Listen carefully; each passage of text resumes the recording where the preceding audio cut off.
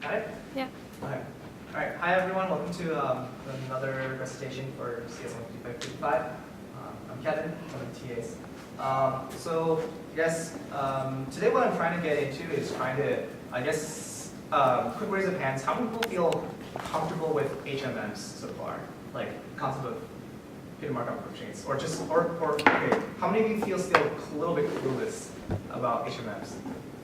Okay, I'll try to cover a little bit about HMMs, a little bit of review, and really like compare it to conditional random fields. I think the most difficult part about this set is really understanding what a CRF is and how it works, because the actual implementation is not too difficult. I think the solution that I came up with is like 300 lines, including all the random class stuff, like variables and upkeep and all that stuff. Everything combines like 300 lines. So the actual implementation is not too difficult. I'll try to give probably 3 different kind of interpretations or comparisons. Yeah. So how many of you feel like you kind of understand CRFs already? A little bit? And how many of you feel still absolutely clueless about CRFs? All right, that's pretty much where I was at. I think last year with this set, just very few people actually finish it. So don't worry if you feel lost. All right. So quick definitions on what CRFs are. So CRFs are discriminative, probabilistic graphical models, and the purpose is to predict some kind of sequence labels. So let's say you have a input X and then you have output Y. You're trying to learn the distribution P of Y given X, right? And like hidden Markov models, the conditional random field relies on the Markov property. It assumes the Markov property where every output depends on whatever input it's given, as well as the previous state, and only the previous state. This is there's also second order Markov, but I think for the purposes of this class, it's just first degree Markov property. And what it means by a probabilistic model is that it outputs a probability for a model, for an output. Not necessarily this is the exact output it has. It outputs the highest probabilistic model and the probability that it is emitted. And so the probabilities and how CRFs work is that we model the probability of the sequence Y as this thing right here. I don't know if there's a pointer. Is this kind of equation here, where we model the P of Y given P of Y equals some sequence Y given some X is this probability. So I think I'll try to break this down for you guys right now. So remember in the HMM model where we had a transition matrix and we had an emission matrix, right? So this is the same thing. This is the probability that we're transitioning from the previous state to the current state, kind of. And this here is the probability that we emit some letter X given the sequence Y. Or it's like a kind of a mixture of you have X through Y, what's the X that comes out. And here we just have Z is just a normalization factor to kind of make sure that the sum of these is 1, right? To make sure probabilities are normalized. So first, another way to interpret CRFs that I don't think was talked about in class. Why is CRFs are known as a graphical model. And why is it called a graphical model? Well, the original definition of CRF is actually extended to beyond chains. It's actually any type of it's actually any type of random field where you have you consider a graph and you have these graphs are indexed by some values, and basically you say that each node on the graph is influenced by the nodes next to it. But for this class specifically, we only care about in the case where the graph is just a simple chain. CRFs you can do a CRF on, let's say, a tree, but anything more than a tree is not tractable to train on at all. So you can take a look at the original paper if you want. It kind of phrases CRFs in a different way. If you take in stuff like maybe ACM 216 or anything else to do with random fields, this might make a little bit more sense. But this is another way to interpret it if that helps you out a little bit. So can you explain a bit more, what is a field, and how is the Markov model-like definition of the CRF fulfilled? It's basically like you consider a graph. I don't have maybe I'll draw this later, but you consider you have like this graph of like nodes, right? And the probability of each. Well, I think I have it here, right? It's defined as.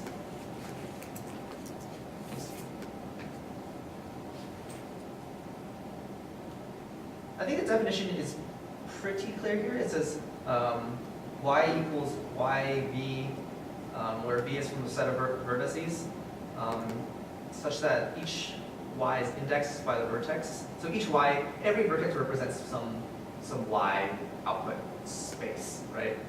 And the xy is in the conditional random field when the random variables y, so each node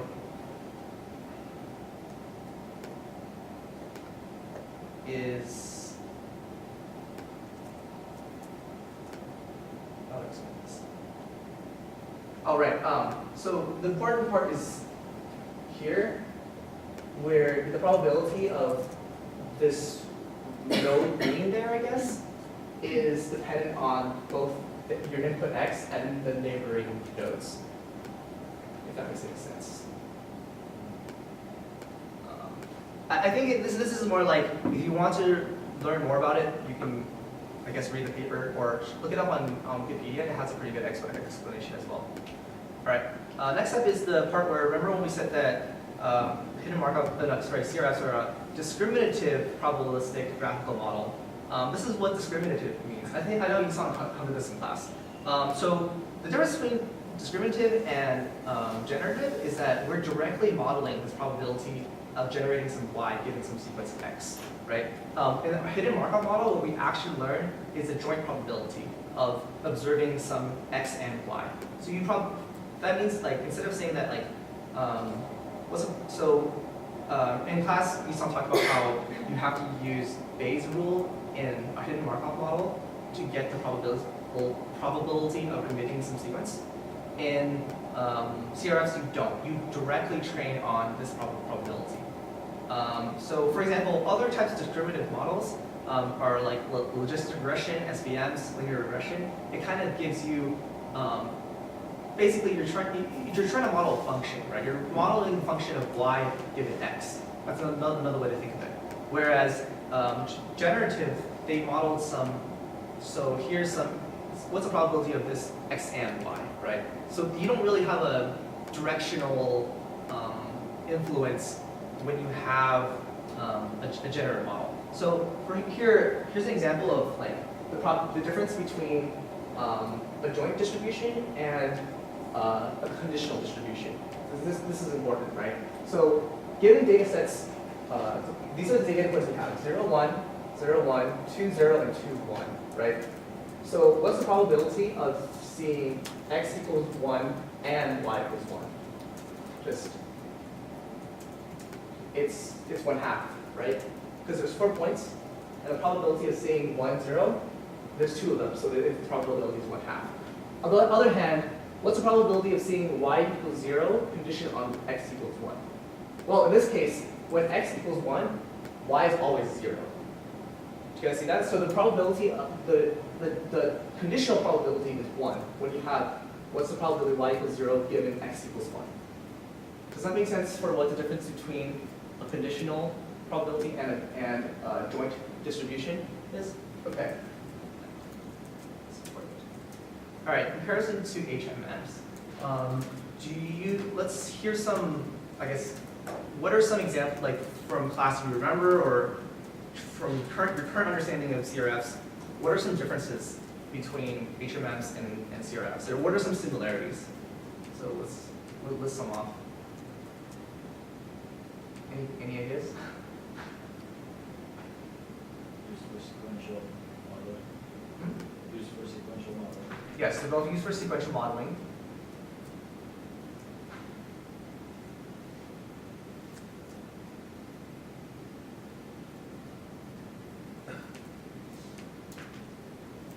I think what I'm looking for is a little bit more, some of the more obvious stuff. Okay, so So some similarities, they're both probabilistic models, and they're both for sequential modeling, yes. And they both use the Markov property as an assumption. They're very based on the Markov property itself. The differences are, well, CRFs are discriminative versus generative. They model, P of y given x instead of P of the joint distribution. And another very important difference is that HMMs can generate samples from this distribution, but you can't use the CRF to generate anything. You can only use the CRFs are like single purpose of sequence tagging or some kind of sequence labeling of some sort.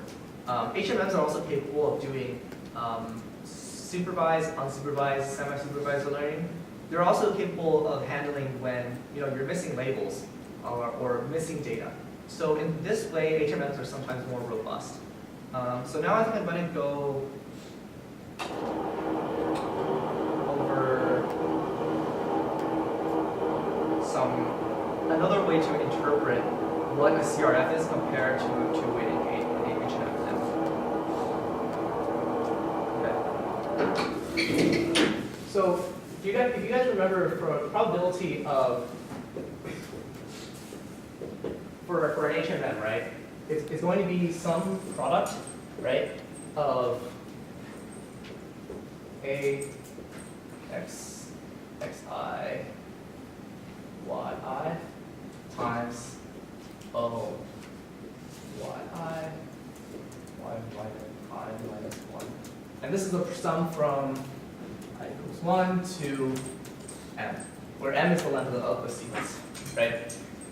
We have, this is the general model for HMM. So interpretation of what this is saying. So what we do is for each step, right, we take the probability that, oh, this is flipped, my bad.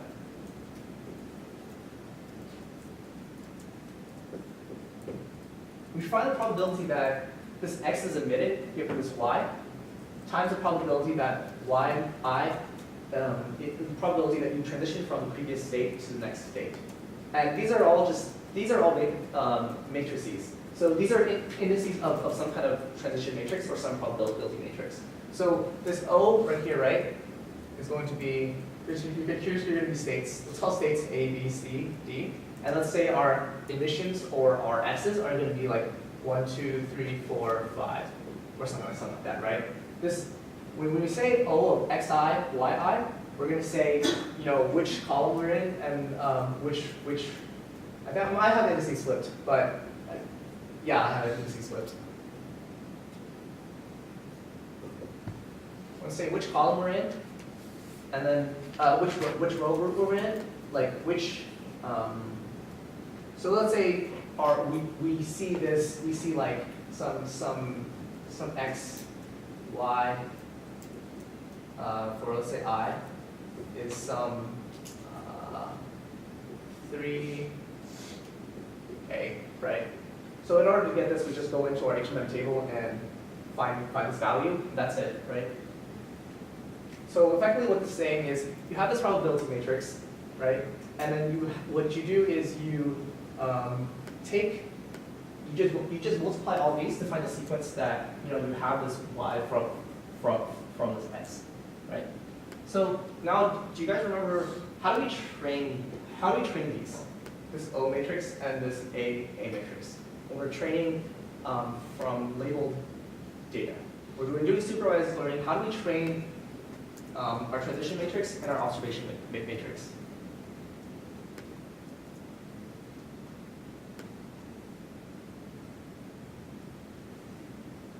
Okay, so we do this by counting, right? We just simply count how often things happen, and when it happens, we count when it happens, how often it happens, and then we normalize it, right? So what we do, well, let's say we have some sequence. We have, like, let's say, dead beef. Let's say 3, 1, 4, 1, 5, 9, 2, 6. Whatever. I'm just taking some random. Some sequence. Let's say this is our x, this is our y, right?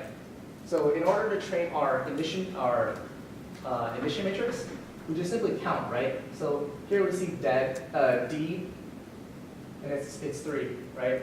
So we count 1 in our matrix right here. We go to D and 3, we count 1. Here we have E1, A4, D1, B5, E9, E2, F6, or something like that. So every time we see here, when we go see this, when we add up our counting, we should see something like, well, obviously I need to use more letters than I have here, but you get the picture, right, of how we train the HMMs. And after we calculated each of these, we normalize the rows and we divide by the sum of each row, right? And that's how we train our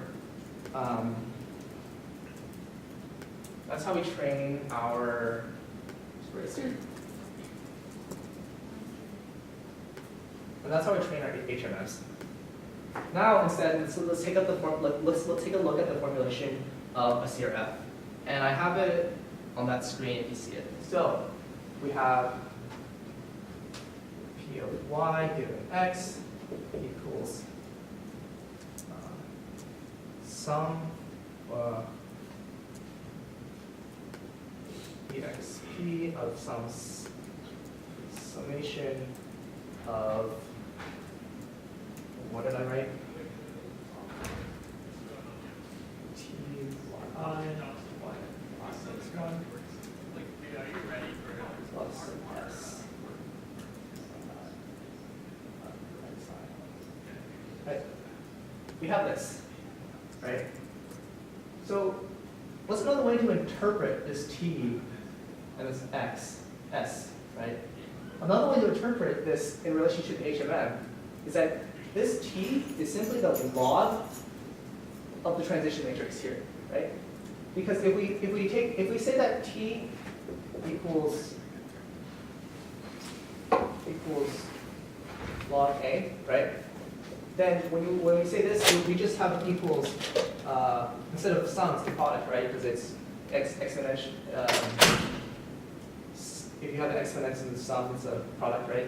So then you have just exp of log a plus times exp log o, right? So effectively what we're saying here is that these two are actually the same if we think about it. Where if we take t as just the log probability, then all we're doing here is just, we're trying to train this, it's the exact same model here. Do you guys see it?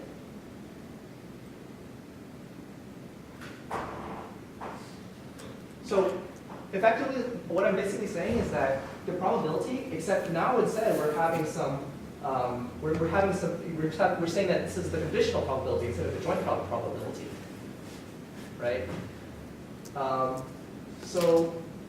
But then you have to ask the question: if this is the same mathematical formulation, what's the difference, right? The difference then is how we train this model, right? So for this model, we trained for the HMM. We trained by simply just counting the frequencies, right? The frequency that y1 goes to y2, the probability you add the probability that y2 is from y1, y3 is from y2, y4 is from y3, right? And here you have the probabilities of y1 is from x1, y2 is from x2, right?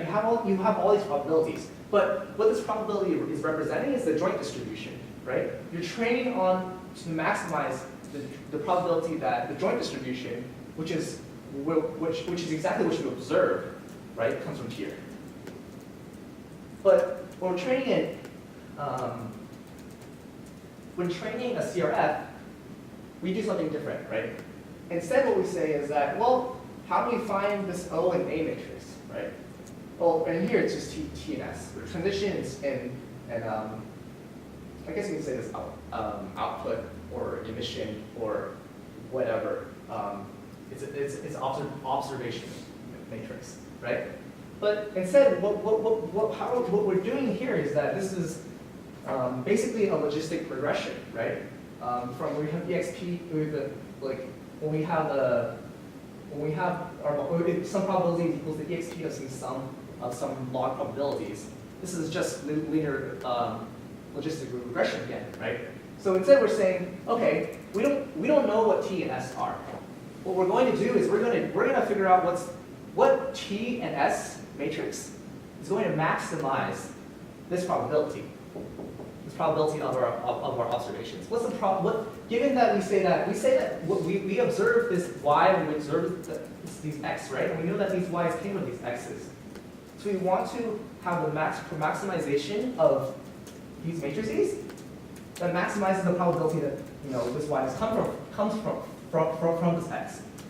So that's why when you see when we're trying to when we have this T and S, what we're doing here to train it, we're trying to find our max of T and S of this P of y given x. Make sense? Okay. So we have this. So now the question is like, how do we map our maxes, right? So I mean, this is the easy part. What we just do is you just differentiate this with respect to T and S, and the max and set it equal to 0. And that's that's effectively your gradient, right? And then you just use gradient descent and you're done. Simple, right? But yes, now we go into the next part.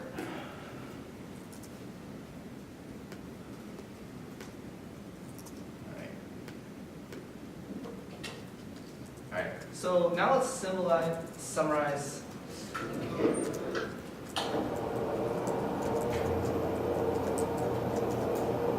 I'll be pulling this up one more time later on.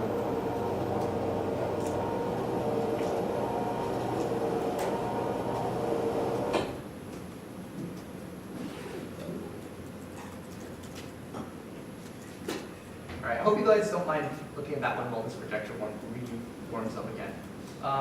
Anyways, so I think one of the important things here is what? Sorry. Oh, question. So what's the difference between the CRF and the logistic model? CRF reduces to a logistic model. So in the way we formulate it, it can be reduced to a CRF logistic regression by a transformation that I will explain just in a tiny bit. Okay.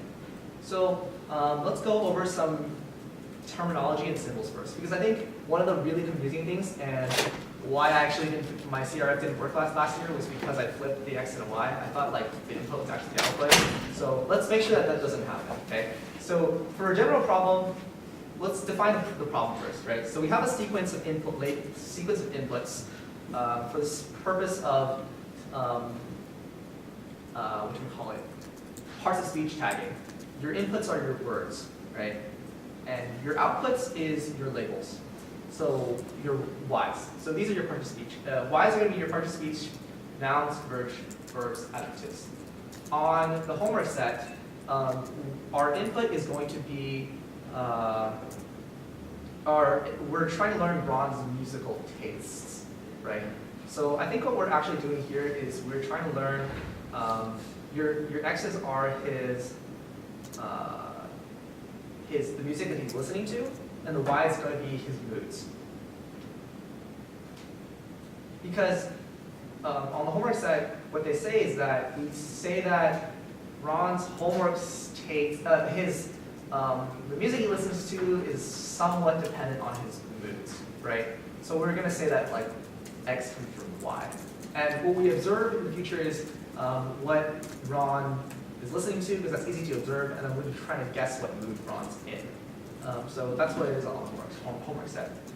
So another thing that's important here is that X and Y are part of some kind of, it's called either a domain or an alphabet. So example of an alphabet could be just A, B, and C, or alphabet can be all natural numbers. So the point of the alphabet or domain is that you have some kind of set to search in, because you have to have some kind of, like the only way this is going to work is going to be some finite matrix, right? So to train, we define our inputs as some are each, let's say, let's say every data point that we put into our model, every data point is going to be some sequence, right? So if we think of this as kind of linear regression kind of thing, our x is going to be some sequence, and our y is going to be a sequence of tags, right? So you have a sequence of x's and a sequence of y's, which are all from, x's are all from the alphabet of the input alphabet, and the y's are all from the output alphabet, right? So the letter we usually use to represent the length of these sequences is m, and the letter we usually use to iterate through these is j. So this is so that, you know, when you see these notation later on in the lecture, you will know what they mean. Okay? And finally, when our training set that we use, when we train on a whole, like for example, a lot of sequences at once, then our training set contains n sets of these x, y sequences, right? So we say that the total number of sequences that we're training on is n, and we usually index these by the letter I. So I guess, quick question, for our homework, if you guys have read it through it, what is n here? What should n be? It's just one, because we only train on one sequence. We only have one sequence of Braun's habits. So when you're training a CRF and you have multiple sequences, you're going to be doing stochastic gradient descent. If you're going to be doing one sequence, it's just going to be gradient descent, because you only really have one data point per se. And it's kind of weird that we're training the whole thing in one data point, but our data point captures a lot more information than your typical data point. You could say that data point is your highly dimensional or something like that. But I'm just trying to make a reference to linear regression. But does that make sense when the notation that we're using so far? Pretty simple.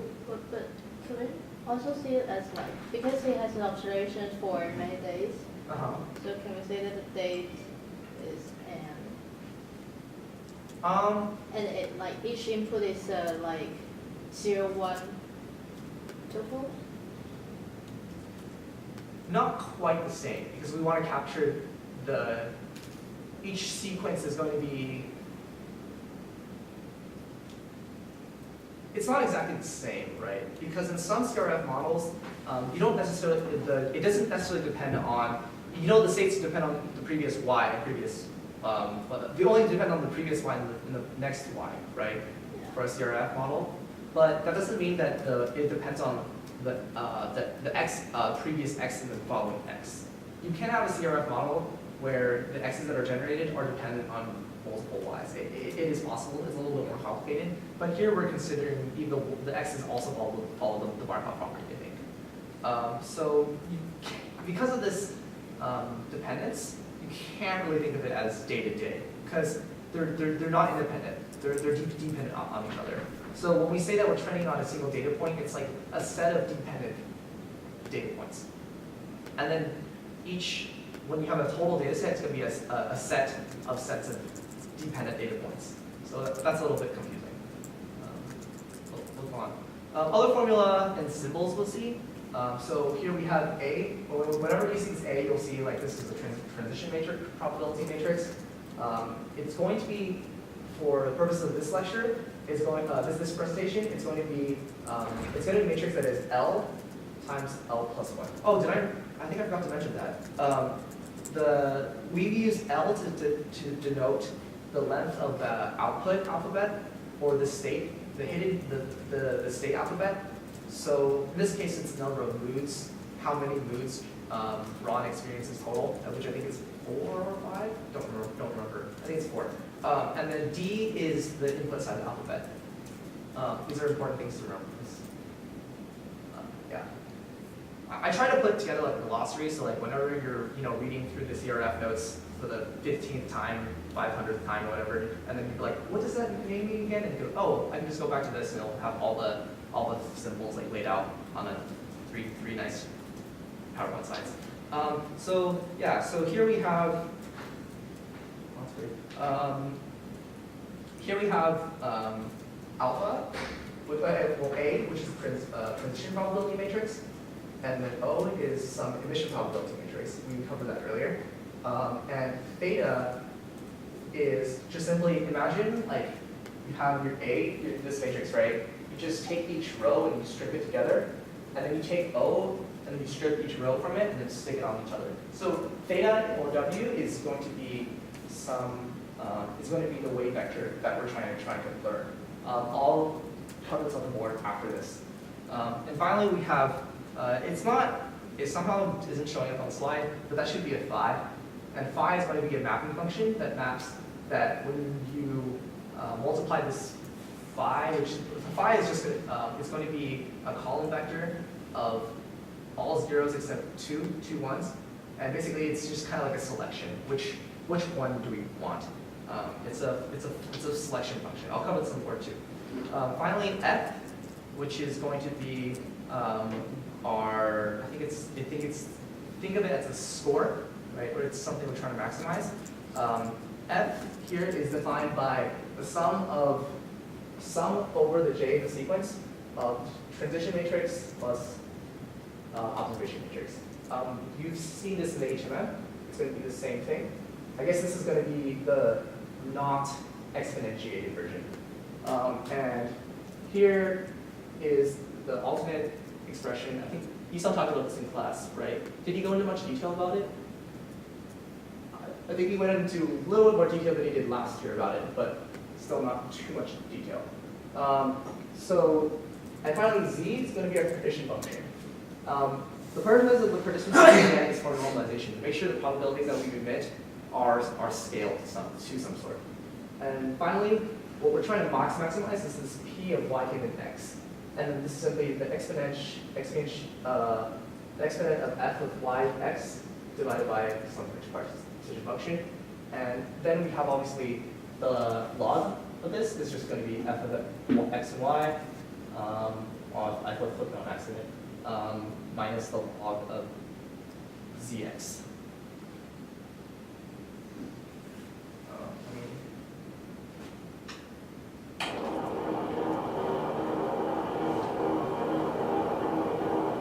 Should I turn on the screen, or can you guys still see through this?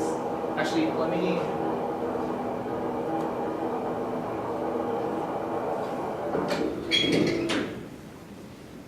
Can you guys still see the projector is on this wall? Okay. Okay. So remember we have these A matrix. We have this A matrix, which is I think it's L by L times L plus 1. And the reason why we have L plus 1 is because we were trying to also include the start state, start transitions into here too, right? So that's why it's going to be L plus 1. And then we have this O matrix, which is going to be L times D, right? So this is going to be like some kind of square. This is going to be some kind of rectangle. So what we do is we strip this, strip this, strip this, strip this, strip this, strip this, strip this, strip this like this, and then we align it in just one long column here, right? And this is going to be our, we call it theta or W. I think Esau uses W, so, and W is easier to say, so I'll say it. Use it instead. This is going to be W. It's a really ugly rectangle. I'm sorry. Right? So how do we interpret this, right? It's just going to be like, it's going to be, this down here is going to be your O, and this, well, it's proportioned a little bit differently. This up here is going to be your A, this down here is going to be your O, right? Except it's just flattened out. That's all that matters. And so, for example, let's say A, for the purposes of this lecture, let's say that these are A of 1 is probability of the first state transitioning to the first state, right? And A of 1, 0 is probability of transition to 0, 1 is start state. So, out of curiosity, so let's see if we can figure this out. Where would this be? Where is this on W?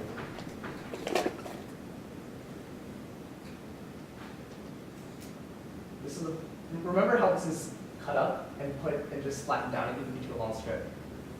Where do we find this?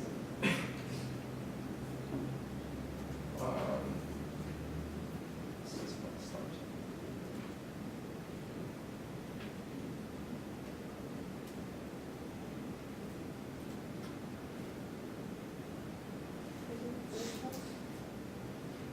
It's not the first one?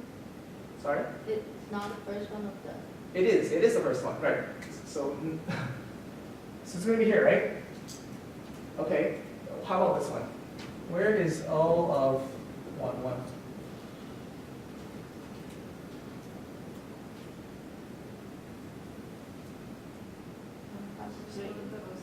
So it's gonna be here, right? And what would the index be?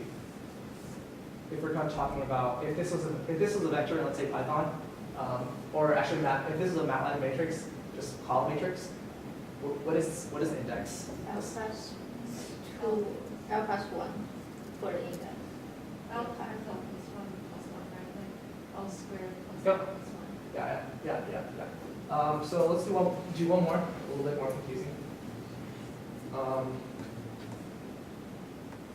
Let's do 35. Where's this? Give me the index for this. Oh, I forgot. Let L equals 8, D equals 20. What's the index for this?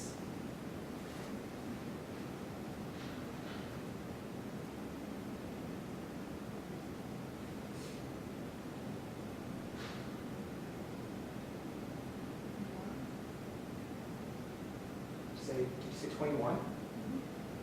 Let me double check that.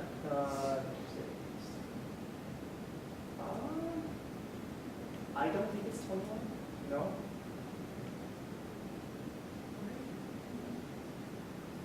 Oh, 30. wait, L is 8, D is 20.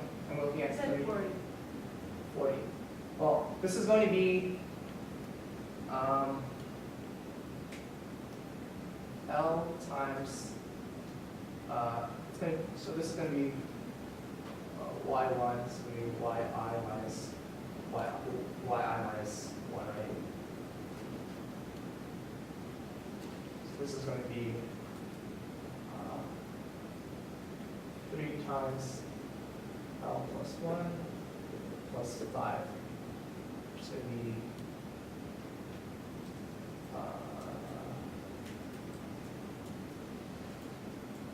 it's 9 times 3 plus 7. 32.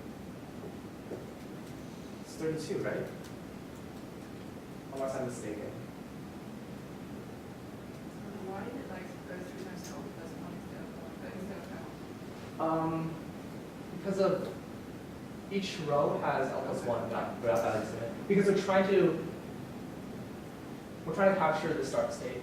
Right, and I'm also wondering, like, why did 3 times L plus 1 instead of 2 times L plus 1? Because it was on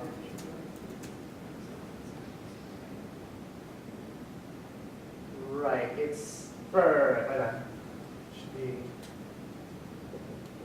because this is still one indexed. So it should be 2 times L plus 1 plus 5. In both template files that I sent out, I did, actually, I will say that, actually I'll talk about that later. So now let's go over what phi is, right? Phi. Phi is always written yi minus 1, and then xi. Okay. So phi is like a selector, right? For the right index, it's like a shortcut to this right selector. So if we're trying to do W, right, on a single, if we're trying to improve W, I guess, off of a single transition, right? Single state in a sequence.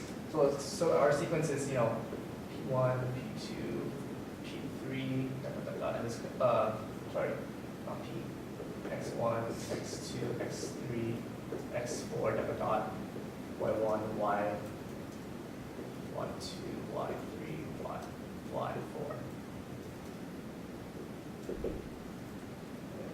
So when we train on this, we want to iterate across, in the CRF, we want to iterate across, right? So let's say we're looking at this pair of yx4 and y4, right?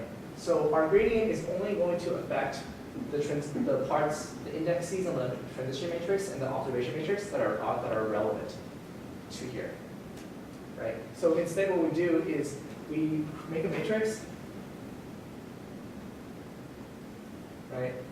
This is dividing again. So it'll be all 0, it will be, let's say 0, 0, 0, 1, 0, 0, 0, and here will be 0, 0, 0, 0, 1. You guys understand what kind of how phi works? So it outputs that, it is that vector. It's going to be the phi that is, you know, the equivalent of saying, so for example, what happens when you multiply w times phi, right? It gives you that pair. Yeah, so w times phi of xi, yi minus 1, x, right? Or it's going to be transposed. Oh, okay. So this is what is this going to give you? It's going to give you equals a of yi minus 1. Sorry, yi y plus yi xi. Do you see that? How this works? This transformation of w transpose times the phi, it gives you this. Because what happens is, this right here is going to be the equivalent, like this is going to be the space here for where it is, I guess, right? And then so basically what it is just, this is kind of like a selector. It selects the one here, and this one is a selector that selects the one here.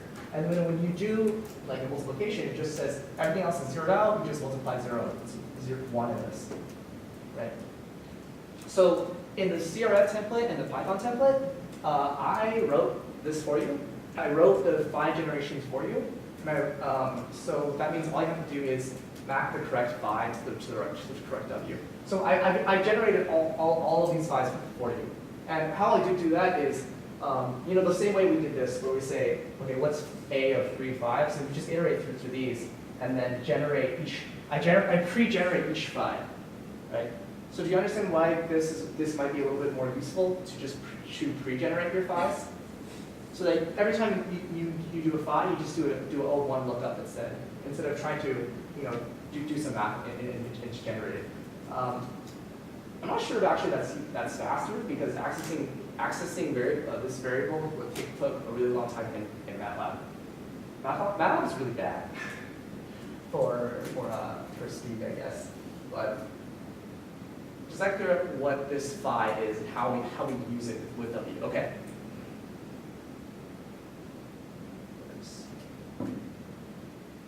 All right. So now on to.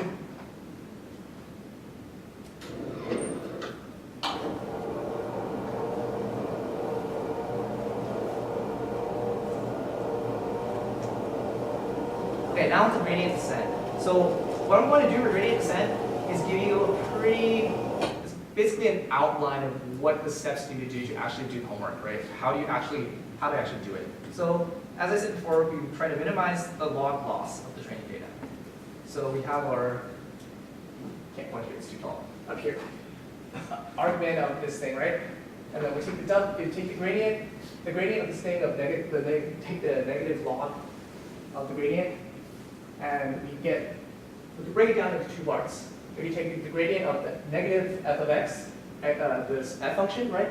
And then you have the gradient of log z. So we'll calculate these separately, right? One of them you can do early, and one of them you can do later. We want to initialize w as zeros just because that's how it's done in standard. And the question is, when do we end gradient descent, right? Since we're doing gradient descent, the gradient is this is strictly convex. So the gradient will always get you to the closer answer, right? So then basically you just say, I can go as long as I want to, until I'm satisfied, right? So there's a couple of different limit that you want to use. You could either choose just a certain number of iterations. I'm going to iterate on this 1,000 times, right? And then see what I get. The other thing we can do is you can choose, you can see, look at how much the gradient is changing upon every iteration. So the gradient should be changing smaller and smaller as you get closer to the convex place, right?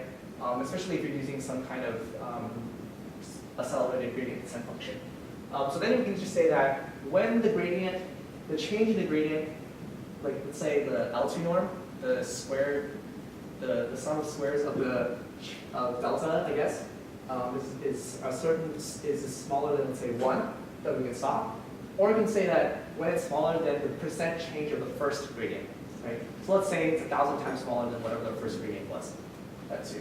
So you can choose, you can basically even combine all three and set all three as a solving condition, whichever one you hit first, right? Just so that, you probably want to put a limit on the iterations because let's say you choose a really small learning rate, then you might be doing this forever, right? So it's a good idea to stop it, just have it, you can run it, go get lunch, come back, and then it stops, and you'll be like, oh, okay, the iteration stopped. It reached a certain amount of iterations, and here's the change in error. You still want to be calculating the change in delta. Just take the 2 norm of it, right? The change in the gradient. That's a question about like the gradient work. Okay. Like, why is it that we need to find the gradient with respect to W instead of something else like where we're using that? And I'm wondering how do we actually find how do they actually implement this? Oh, I'm covering that next. Okay. Yeah. So remember how W is a proxy for A and O, right? W is a flattened version of A and O, or I think in my formulation it's S and T. But what we're trying to do is we're trying to find the S and T that maximizes the probability, right? So that's why we were trying to minimize our min against the log. So we are because we're trying to find the maximum of the probability, right? So it's just P, right? So instead of our maximum, we take the negative, the argument of the negative log, right? And that makes just calculations a lot more easier. Does that answer your question? Right, it's just because W basically contains all the information from A and O, right? So I feel like this is exactly the same as fxy, which is just A plus O. It is. By definition, it is. It's just that we're using W to make computation easier. We're using W so we can vectorize it. We're using W so that it's easier to keep track of everything. I mean, you can implement this using a matrix and an O matrix, right? But good luck, selecting each indices and have fun with accessing a two-dimensional array every single time. That's not fun. It's a lot of computational time. I think I'll speed up a little bit. All right, next step. Now we're going to calculate D of F of Y. So one really thing to notice about the gradient of negative F of Y and X, it has no dependence on W, right? Which means that this is a constant. That means you only have to calculate it once. You can calculate this at the beginning of your gradient descent and just keep it. So what, I think Isan talks about this in lecture, the interpretation of what this actually ends up being. It ends up being just the total of it counts, right? Total number of times there is a transition between A and B, and total number of transitions there are. And what we're actually doing in the end is trying to maximize this kind of d f of x minus d log z. And this d log z thing is just simply trying to see how do we maximize A and O to make it so that the sum eventually is just our counts. I think you can go back to the lecture notes and take a look at this. You think he explains this a little bit better than I do. Right, so MATLAB note. Note if you're using MATLAB, if you're using the function that I wrote, get phi, it's very, very, very slow because MATLAB is really bad at handling class objects. So for some reason, an axis is just horrendously slow.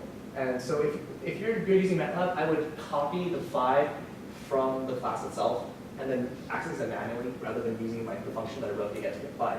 Use to get phi as an example of how to use it.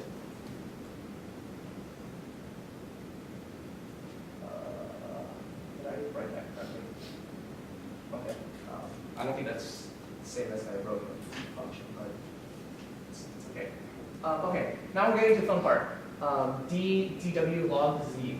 This is where the majority of the gradient descent happens. This is the majority of the computation happens. So here, how we calculate this, we use the forward-backwards algorithm, right, to maximize this. You do the forward-backwards algorithm once per gradient descent iteration.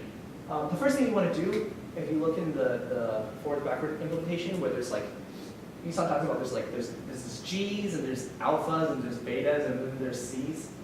You guys saw the lecture, right? And it's a little bit confusing. So this is how you should step through it. First, you should calculate all your G's in advance. G is kind of like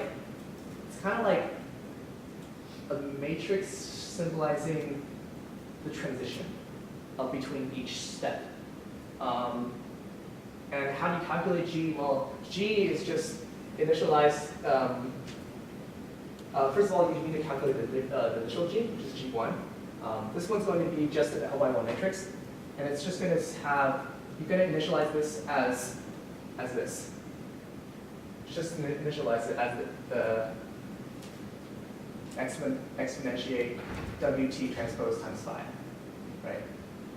Which and phi is going to be, this is going to be phi of y0, which is start, and then you're just going to put in here the first state y, the first state x, and the first state y. All other g's are going to be L by L matrices. And so here we have just g of a, b, comma a. It's going to be exponentiate of this, right? So I think you guys have a pretty idea of how to do this in code, right? You can write a for loop. He's not talking about there's a way to vectorize this to make it even faster, but I didn't have the brain power to think about how to do that. And you can just iterate through this. It's no big deal. If you're using MATLAB, I recommend keeping a cell to keep track of all your G's. So every time you run the forward-backward algorithm, you generate your G's first, and then just keep them all in the cell. You have G1, G2, G3, and then so that means you can access it whenever. So pre-generation is nice because you're doing everything in an orderly way. Okay, now the next step is to just calculate our alphas and betas, right? So alpha, if you remember from the forward algorithm, it's just like it's like some kind of probability, and then beta is also some kind of like backwards probability. And then so what we're doing here is that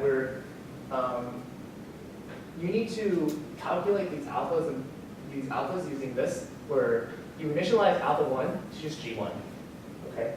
And then you initialize beta n to a vector of 1s. Just have it be a vector of like probability of 1s, right? And then what we do is we go through and calculate alpha I equals gi times gi minus 1, gi a I minus 1. So just basically matrix equals matrix times the corresponding G matrix times the previous alpha matrix. And same thing with beta, except you want the transpose of the G matrix. Does that make any sense? I think this will be more useful than me telling you, just to reference it when you're actually doing it during the set. It will make a lot more sense. For numerical stability, you should look at Yisang's notes. But effectively what you do is you divide each row of alpha by the sum of values in that row after you calculated it. So you would do this step, A equals GI times GI minus 1, then you would normalize each row by their sum. That's basically what you do. You can keep these values later on if you want a true probability in your CRF training, but you don't really need to keep them. And finally, step 3 is you calculate d log z. You want to calculate all the marginal probabilities from each transition, from like y1 to y2, and then each transition is a marginal probability, and then you add it to d log z. You should basically initialize d log z to think it's to 0. And then you just calculate the marginal probability of each P1, P2, P3, which is just going to be, for the first one, you just take alpha, you normalize alpha, and then you stick it in. That's your what do we call it? That's just the value you get. And then next, you calculate the probability. You calculate this all the other p's, which is your marginal probability matrix. Or it's going to be a vector. So it's going to be alpha I minus 1 times beta I transpose times g of I transpose. And you add marginal, you just iteratively do this for all I and all A and B. This will make more sense when you're actually implementing it. So I know it's a little confusing now. Nesterov's accelerated the gradient descent. When you finally calculated your dz, and you've also calculated your d log z thing. Oh, sorry, your what is it called? I forgot what it is. Anyways, you calculate some delta. Instead of doing regular gradient descent, you can make things a little bit faster by using Nesterov's accelerated gradient descent. I think it saves you a total, like, when I did it, it saved me, I went from 300-ish iterations to like 250-ish iterations. Not too much of a save, but you can definitely implement this yourself. I guess the slide is pretty self-explanatory. You can look on the website if you want for more information about how to implement this. What Nesterov's accelerated gradient descent does is it's kind of a momentum-based gradient descent. So what you do is when you add the new gradient, and then you add a little bit of the previous gradient, right? So that means it gives it a extra bit of a little push. That's how Nesterov's gradient descent works. There's some pretty cool papers on it. I guess. Okay, so summary of what you need to do for gradient descent. For instance, the set. First, pre-generate your phi's. These are all done for you. When you initiate your class that I wrote with a template in Python or MATLAB, this is done for you. If you want to write it yourself, be my guest. Then you want to calculate the ds for the entire gradient descent. It'll stay constant. It's a constant. Then you want to calculate your d log z, and then you run the forward backward algorithm to calculate your d log z, and you run it with normalization. You calculate these dw equals df minus d log z, and then you update using w equals w plus dw, or you use Nesterov. This plus sign, I think some people say minus dw, some people say plus dw. If your numbers are spiraling out of control, use the other sign. And then finally, you end with a number of iterations. You reach a certain maximum number of iterations when change hits a minimum, or when percent change hits a minimum. Okay. Any questions? Oh, sorry. Some numbers for sanity purposes on what I got in my gradient descent. It took about 250 iterations with Nesterov acceleration. The computation time in MATLAB after I did some optimizations was 5 minutes. When it was not optimized, it took 30 minutes. When I took it out of a MATLAB class, it was like 1 minute. I don't have a Python implementation, but I assure you it's going to be faster. And the result I got on the data set was about 50% halving loss, which means it correctly predicted about 50% of the sequences. So I think that's the end of the presentation. Do you guys have any questions about anything I covered so far? So what do you say about the relation between W and ST? W is just a flattening. It's when you take S and you flatten. S and T is the same thing as O and A. Oh, There's just different words. W is just you take those two matrices and you flatten it. Yeah. And then say yeah. So A and O are the probabilities, but Not exactly in here, right? Here they're more like a log probability, okay. right?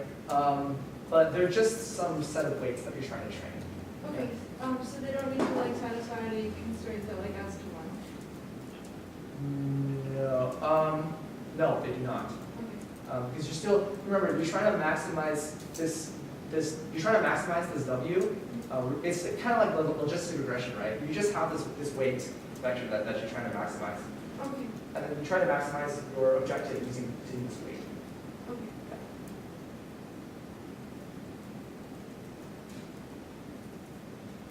All right. If you have any other questions, I guess it's the end of recitation. Thanks. Yeah. Hopefully that was helpful in understanding CRFs a little bit more. Yeah, and don't worry if you feel like still very, very lost.